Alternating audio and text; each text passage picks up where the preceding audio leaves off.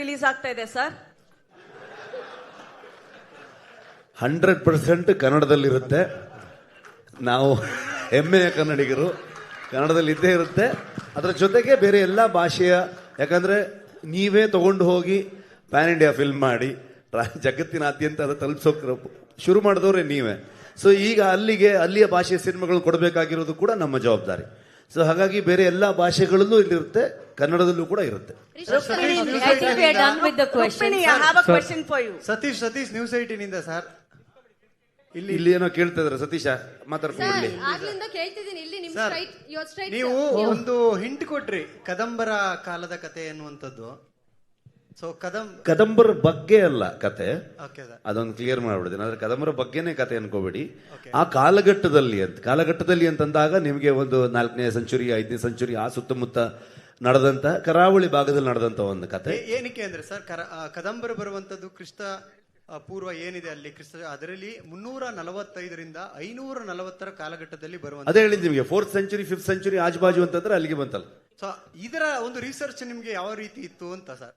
ಸುಮಾರಷ್ಟು ಜನ ಅಂದ್ರೆ ಸೋರ್ಸ್ ಏನು? ಮಂಗಳೂರಲ್ಲಿ ಒಬ್ರು ರಿಟೈರ್ಡ್ ವೈಸ್ ಚಾನ್ಸಲರ್ ಅಲ್ವಾ, ಅವರು ವಿವೇಕ್ ರೈಗಳು ಅಂತ ಅನ್ಕೊಂಡು, ಚಿನ್ನಪ್ಪಗೌಡರು ಅಂತ ಅನ್ಕೊಂಡು, ಆಮೇಲೆ ನಮ್ಮ ವರಹರೂಪಂ ರೈಟರ್ ಆಗ್ಬೋದು, ಜೊತೆಗೆ ನಮಗೆ ಡಿಸ್ಕಷನ್ಗೆ ಶ್ಯಾಮ್ ಪ್ರಸಾದ್ ಅಂತ ಅನ್ಕೊಂಡಿದ್ರು, ಜೊತೆಗೆ ನಾನು ಗುರು ನಾವುಗಳು ಸುಮಾರಷ್ಟು ಅಲ್ಲಿನ ಸಾಹಿತಿಗಳನ್ನ ಭೇಟಿಯಾಗುವಂಥದ್ದಾಗ್ಬೋದು, ರಿಸರ್ಚ್ಗೆ ಸುಮಾರಷ್ಟು ತಿಂಗಳುಗಟ್ಟಲೆ ರೈಟಿಂಗ್ ಮಾಡ್ತಾ ಅವ್ರ ಹತ್ರ ಎಲ್ಲ ವಿಚಾರಗಳನ್ನು ತಿಳಿತಾ ಹೋಗ್ತಾ ಇದ್ವಿ. ಅವೆಲ್ಲ ವಿಚಾರಗಳು ಇಟ್ಕೊಂಡು ನಮ್ಮ ಕತೆಗೆ ಏನ್ ಬೇಕು ಅನ್ನೋ ವಿಚಾರಗಳನ್ನಷ್ಟೇ, ಎಲ್ಲವನ್ನೂ ಹೇಳ್ತಾ ಇರಕ್ಕಾಗಲ್ಲ. ಅವಾಗ ಅದೆಲ್ಲ ಹೇಳ್ತಾ ಹೋದ್ರು ಡಾಕ್ಯುಮೆಂಟರಿ ಆಗ್ಬಿಡುತ್ತೆ. ಈ ಕತೆಗೆ ಏನ್ ತಗೊಳುತ್ತೆ, ಏನ್ ಬೇಕು, ಇಲ್ಲಿ ಏನೇನು ವಿಷಯಗಳನ್ನ ಹೇಳ್ಬೋದು ಅಷ್ಟನ್ನ ಹೇಳುವಂತ ಪ್ರಯತ್ನ ಮಾಡಿದೀವಿ. ಇಲ್ಲ ಮ್ಯಾಮ್, ಡನ್, ಮುಗೀತು ಕ್ವೆಶನ್ಸ್. ಅವರೆಲ್ಲರೂ ಹೇಳ್ತಾರೆ ಕಾರ್ಯಕ್ರಮ ನಿಮ್ದೇ last. Okay, last ma'am please ಅವರು. ಸೊ ಸರ್, ಟ್ರೈಲರ್ ರಿಲೀಸ್ ಆದ್ಮೇಲೆ ಒಂದು ಪೋಸ್ಟ್ ತುಂಬಾ ವೈರಲ್ ಆಗ್ತಿದೆ. ಅಂದ್ರೆ ನಿಮ್ ಗಮನಕ್ಕೆ ಇರುತ್ತೋ ಇಲ್ವೋ, ಬಟ್ ಆಡಿಯನ್ಸ್ ಕನ್ಫ್ಯೂಸ್ ಆಗಿದ್ದಾರೆ. ಏನಂತ ಹೇಳಿದ್ರೆ, ಡಿವೈನ್ ಸ್ಟೆಪ್ಸ್ 3 ಫಾಲೋ ಮಾಡಬೇಕು ಕಾಂತಾರ ಸಿನಿಮಾ ವೀಕ್ಷಿಸೋಕು ಮೊದಲು ಥಿಯೇಟರ್ ನಲ್ಲಿ ಅಂತ. ಏನಂತ ಡಿವೈನ್ ಸಿನಿಮಾ ಅಂದ್ರೆ ಈ ಒಂದು ಸಿನಿಮಾ ವೀಕ್ಷಿಸೋಕೆ ಡಿವೈನ್ 3 ಸ್ಟೆಪ್ಸ್ ನ ಫಾಲೋ ಮಾಡಬೇಕು ಅಂತ. This is a miss information and misconception create ಆಗಿದೆ ಆಡಿಯನ್ಸ್ ಅಲ್ಲಿ. ಏನಂತ ಹೇಳಿದ್ರೆ 3 ಸ್ಟೆಪ್ಸ್: ಧೂಮಪಾನ ಮಾಡಬಾರ್ದು, ಮದ್ಯಪಾನ ಮಾಡಬಾರ್ದು, ಜೊತೆಗೆ ಮಾಂಸಾಹಾರವನ್ನ ಸೇವಿಸಬಾರ್ದು ಅಂತ. ಯಾರು ಹಾಕಿರೋದು ಇದು?